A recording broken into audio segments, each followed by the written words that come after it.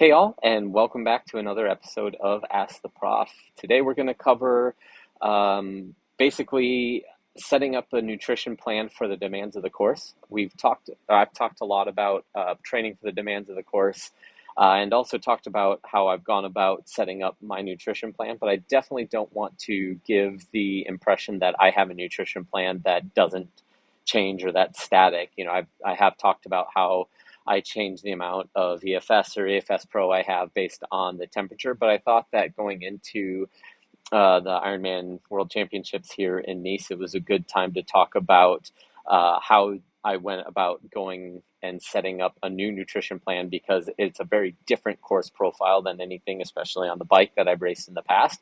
And so if I would have gone in with the exact same plan that I had for an Ironman Texas, for example, which is pretty much flat, I think I would have been really setting myself up for failure. So I basically took everything apart, started at ground zero, and built it up. And so I'm just really going to talk about the process that I went through and how I'm using basically the First Endurance and the Delta G ketones, the same products that I always use for my basic nutrition plan, but basically how I'm using those a little bit different than I have in the past, or that I've talked about it in a little bit in the past, just because of the demands specifically that this course is going to throw at you.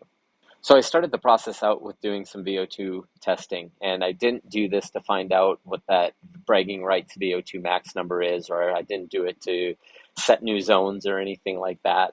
We did take lactate profiles while we did the test, but really I had broken out. I looked at the course and looked at how my training was going, obviously with Coach Julie and Coach Matt's help leading into the test. I looked at everything and said, okay, these are the powers that I think we're going to have to race at this section, at this section, at this section, at this section. And then what I did was went in and set up the test to do, find out basically the respiratory exchange ratio, or essentially how many carbohydrates versus how much fat I'm burning at each one of those different power blocks and at each one of those different pace blocks. And I use that to set the backbone of how I'm going to fuel for this race. Obviously, if you've looked at the course profile, it starts very flat for the first 10K, and then you've got a short, steeper climb, and then a little bit of descent, and then a long climb that's going to be 50 minutes of continuous climbing. And then at the top it plateaus out, and then you've got a short descent, a last little kicker 10K climb, and then a 20-mile descent leading back into town. And so, on the bike, because of that, I think a lot of people are going to race the first half a lot more like a 70.3 than they would a typical Ironman. So they're going to be burning at a much higher rate. And then obviously you have to, burning carbohydrates at a much higher rate, because as intensity goes up, the amount of carbohydrates we have, or that we're also burning, goes up.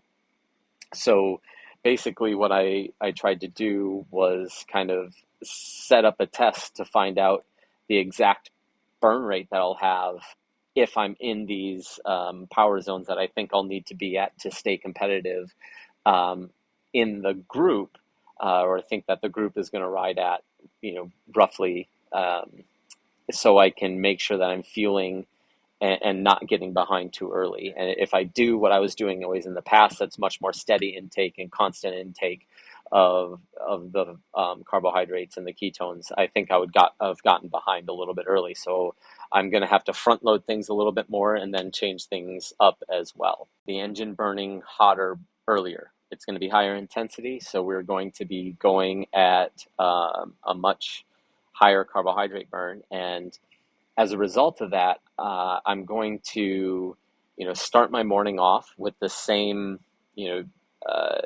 initial dose of ketones. This time I'm actually, instead of using the coffee booster, they came out with a Delta G espresso shot, which has 150 milligrams of caffeine and 5.4 grams of ketone. So I'm going to start the morning off with that. And then I'm not going to have the same shot or the full bottle of performance that I typically would 20 minutes before the race start. I'm going to hold off on that. And so that the morning ketone dose will be the only ketones that I take until I get to the plateau or the top section of the climb. And basically that's because uh, there is some level of evidence that ketone intake can inhibit the top end profiles or putting, or glycolysis. So when, I'm expecting to be spending a lot of time at the top end of the power ranges on the climbs and on the early section, because everybody goes bonkers as soon as they get out of the water at World Championships to try to get their position.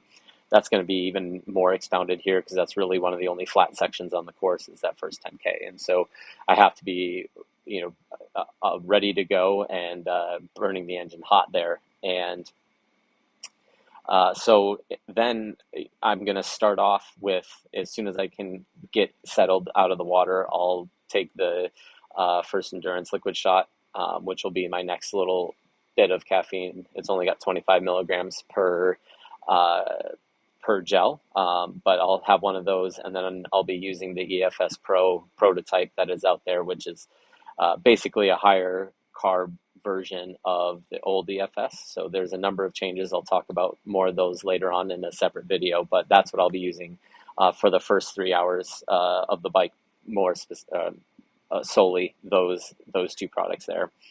Then once we get right before that last little descent, that's when I'll start back with the ketones.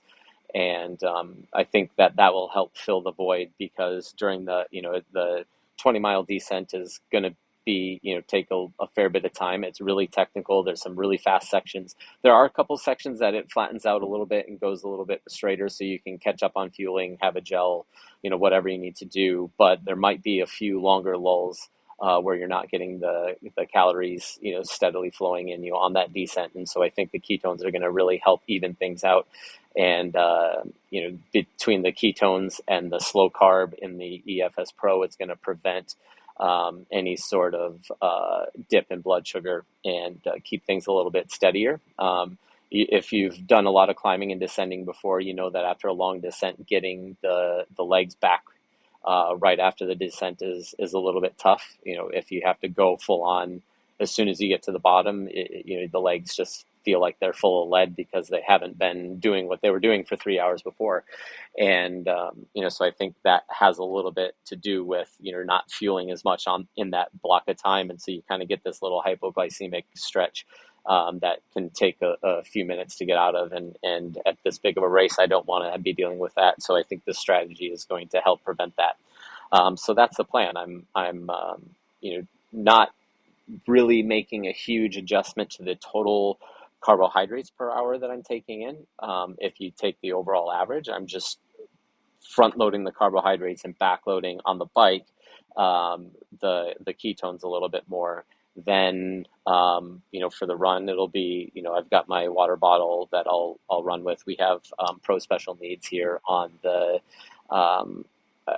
at a world championship course as well, so I'll be able to refill with the fuel that I want to. I'll still grab some cola at the aid stations, but it's really going to be focusing on getting as much water as I can as possible at the aid stations, and then I'll have bottles pre-mixed with the Delta G Tactical, a little bit of Delta G Tactical and a little bit of EFS Pro in to get the calories, electrolytes, and ketones to keep things as even as possible through the run. The run is going to be flat and probably a little bit hot if the weather forecast holds out, and then possibly headwind, tailwind situations. So it shouldn't be too many curveballs, but it's really going to come down to who did the job well feeling and who can really run hard the last two laps. So that's the plan. Again, I just thought this was a good example, a good reason to talk a little bit about developing a specific fuel plan for the demands of the course and not just having a fuel plan for all racing. So that's all I have for you this time. Thanks for tuning in. And we'll be checking in post-race one way or the other with a report on the second Europe trip of the year.